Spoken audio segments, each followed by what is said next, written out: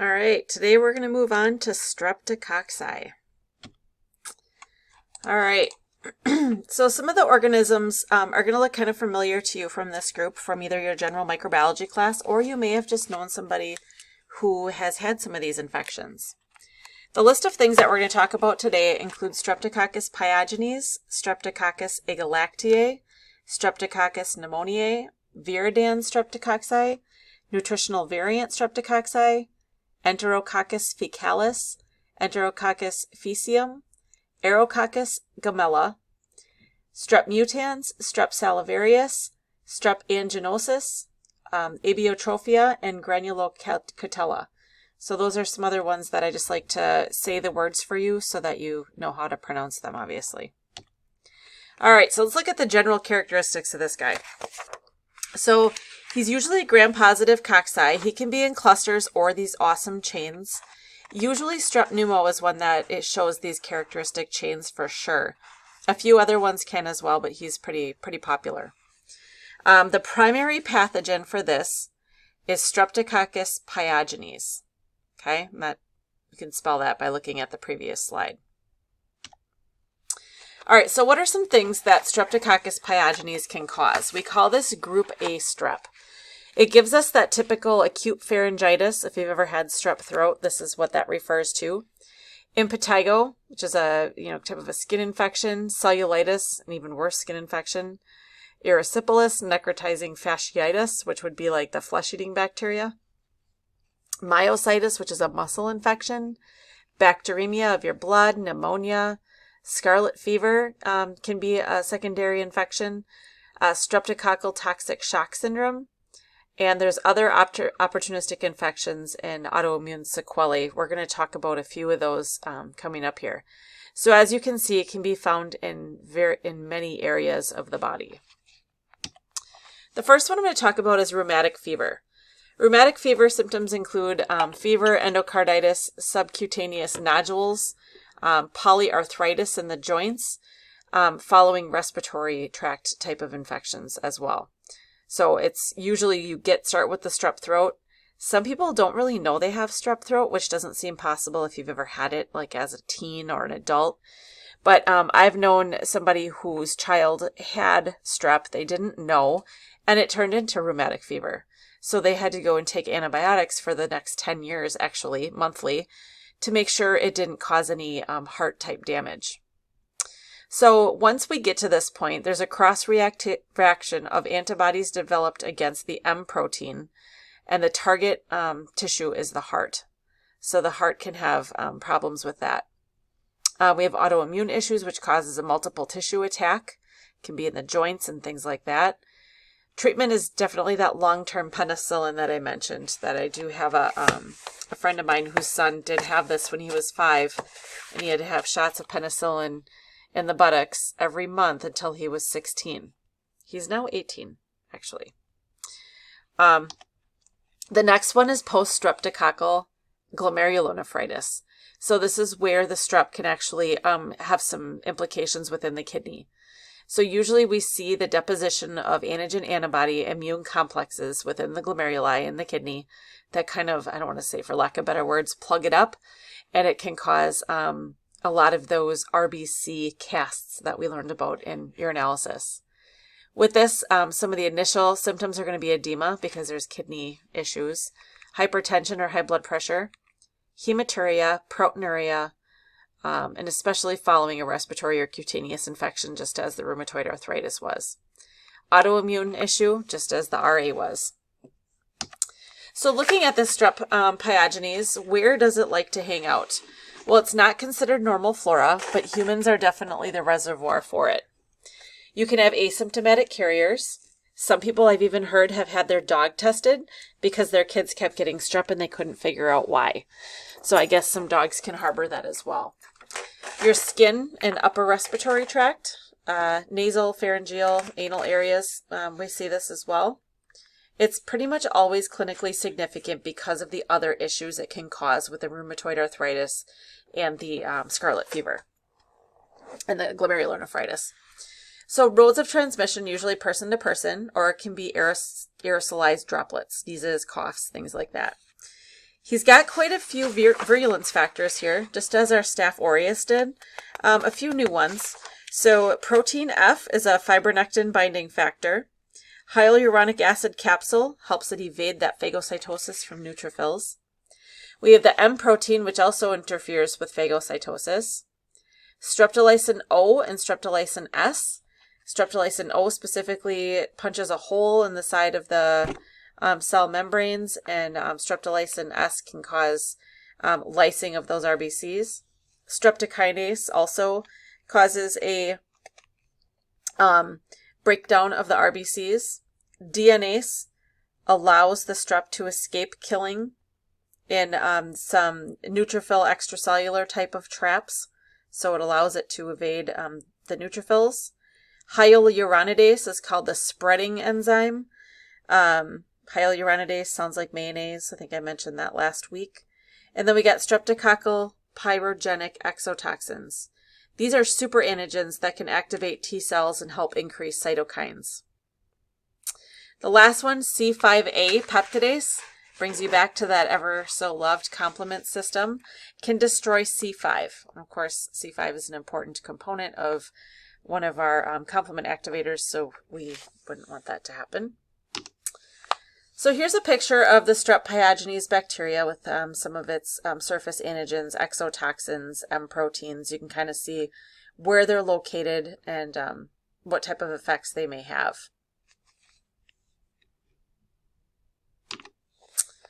All right, so what does this look like on blood agar? It's very beta hemolytic. You see a very large zone. You can see these colonies are a lot smaller than the colonies that we saw with the Staph aureus. They're grayish. They're almost translucent. Other selective media we can use to determine this, we can use the phenylethyl alcohol agar, the P agar, the CNA agar. Those will inhibit our gram-negatives. Get those out of the way. Or there's a blood agar with trimethoprim sulfamethoxazole, which we call XST plates. Those inhibit normal flora, which is nice because if you ever see a throat culture, it is loaded with bacteria, and sometimes it's nice to get rid of all the other stuff so that pretty much the only thing left to grow would be strep. The biochemical testing we can do catalase test, which would be negative. It's Lancefield group A. It's PYR positive and bacitracin sensitive. Okay, so we could use the bacitracin disc on this one. And we'll be doing a lot of these in the lab too. We can do serodiagnosis. They can look for anti-streptolysin O, which is called an ASO test. They can do a blood draw for that. They can do an anti-DNase B, an anti-streptokinase, or an anti-hyaluronidase. They can look for those antibodies in the patient's serum. A lot of those, though, aren't really going to help you too much with the strep throat because that we can catch pretty early on. This would be a post-streptococcal autoimmune sequelae type of diagnosis. Like, did they have strep? Did it go untreated? And do we need to see if these things are present that, yes, in fact, they did have an untreated strep infection, and this is what we're looking at. As far as antibiotics go, penicillin is a pretty good drug of choice to kill that. Other alternatives for people that are allergic to penicillin, like myself, macrolides, teleothromycin, and some other cephalosporins, vancomycin can work as well. Routine susceptibility testing is usually not necessary, as they usually just give some penicillin or erythromycin. All right, Streptococcus agalactiae. So we're moving on to the group B. This one's found in neonatal and infant infections. It can cause sepsis, fever, meningitis is a big one in those babies, so they really have to check the moms for that. Premature rupture of the membranes or aspiration during delivery can cause the baby to be infected very easily. So in adults, it can cause postpartum infections, endometriosis, a pelvic abscess, or septic shock even. Occasionally we see bacteremia in the blood. They can get pneumonia in the lungs, endocarditis in your heart, arthritis in your joints, osteomyelitis in your bones, and some skin and soft tissue infections. So this guy can be found everywhere as well. So what are some of the Streptococcus habitats? Well, normally it's in the female genital tract and lower GI tract. Occasionally it can colonize the upper respiratory tract. It's usually transmitted, somehow it just gains access to sterile areas. The mom can pass it off to the baby during delivery or through a nosocomial transmission like not washing your hands. Some virulence factors: it has a capsule that interferes with phagocytosis and the complement cascade activation. And it's got some hemolysins present as well that can cause issues with the with red cells and the blood agar, which we'll see right now. It's beta hemolytic. Okay, as you can see the Bosoni hemolysis. They're much larger than group A. They're translucent to opaque, kind of flat and glossy looking. We can use the P and CNA agar to get rid of any gram negatives to make this a little bit easier to see. But we also use limb broth to look for the group B strep. Nowadays, there's more like faster tests that they do for this, like ELISA kits and things. But limb broth used to be the old gold standard of, they would inoculate a limb broth and see if it would grow. It's also called carrot broth. The biochemical testing for this, it's catalase negative, Lancefield group B. CAMP test positive, we'll see one of those here in a minute. Hipurate positive. They do rapid PCR testing on it now. It's faster and more reliable. Penicillin is a quick drug of choice. They can give ceftriaxone, cefotaxime, and vancomycin. There's no resistance known for penicillin, cephalosporins, or vancomycin, thank God. So here's the CAMP test. This is pretty sweet. So the principle for this is there's a diffusible extracellular hemolytic protein called a CAMP factor. This acts synergistically with the beta lysine of the Staph aureus, causing enhanced lysis of RBCs. You heard me right. Staph aureus. So we take the Staph aureus and we put it in the middle of the smear. Okay, like you see it kind of going right down the center. It kind of looks like it's cutting the plate in half. Oh, here, I can use my, here we go. Okay, so we put the staph down the middle. And then we have the strep going perpendicular. If it forms this awesome arrowhead here, it shows that this would be positive. Negative shows no enhancement of hemolysis. So you would see what it looks like on the bottom. So it's kind of cool looking, right? All right. The hipurate test is another one. So the enzyme hipuricase hydrolyzes hippuric acid into glycine and benzoic acid. Glycine is deaminated by ninhydrin. The reduction of ninhydrin results in this awesome purple color. So a positive is purple and negative would be kind of colorless to yellow. The next one is Streptococcus pneumoniae. So some important pathogens or some important things that this can cause, types of infections. Meningitis. And my mom's sister did die of a strep pneumo meningitis.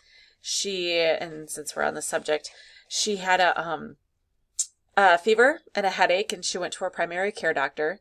He sent her home with a prescription for Advil, saying, here, take this, you'll be fine. And he said she had the flu. It was Memorial Weekend. So it's kind of weird that he said she had the flu. Send her home. By the next morning, she was incoherent, so my cousin called the ambulance and showed up.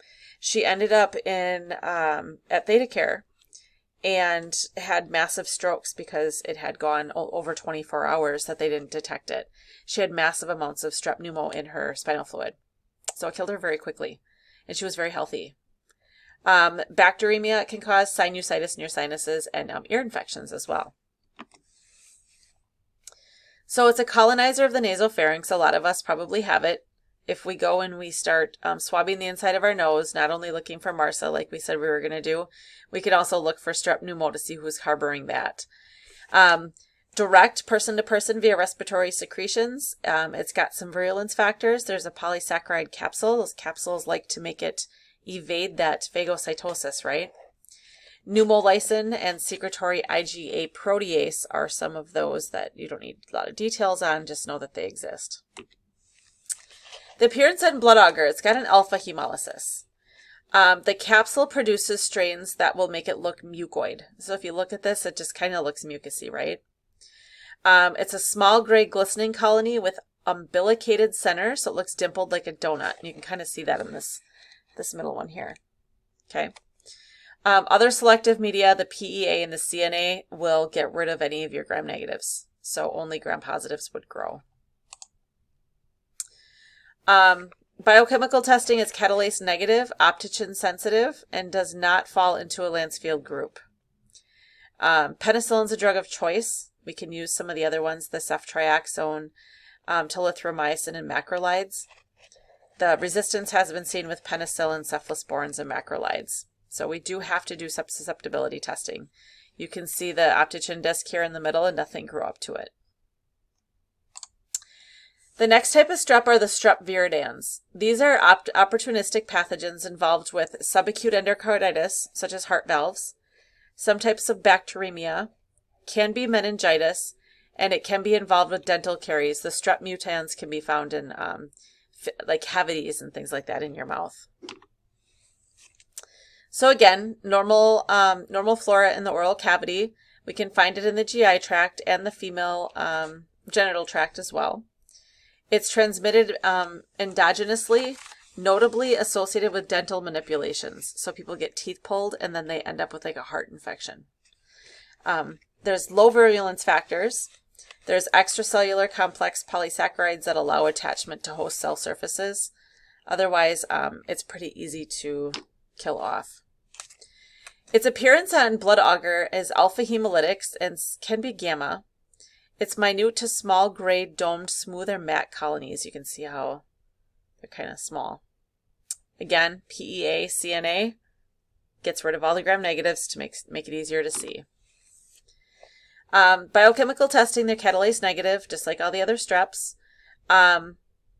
There's not many definitive tests to this group. We just rule out everything else and say, okay, viridans.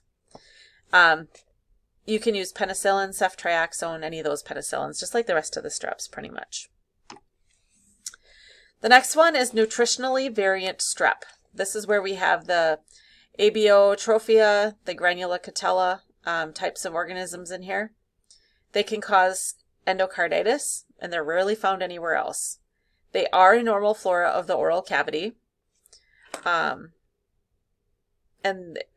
if you transmit it, it usually goes to a sterile site from a not sterile site. So I guess if you had some type of oral cavity, getting it on somewhere sterile. I can't think of a good example of that off the top of my head. It's not very common.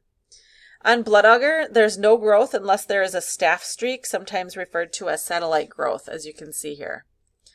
The organisms require vitamin B6 for growth, and there's pinpoint growth similar to viridan strep.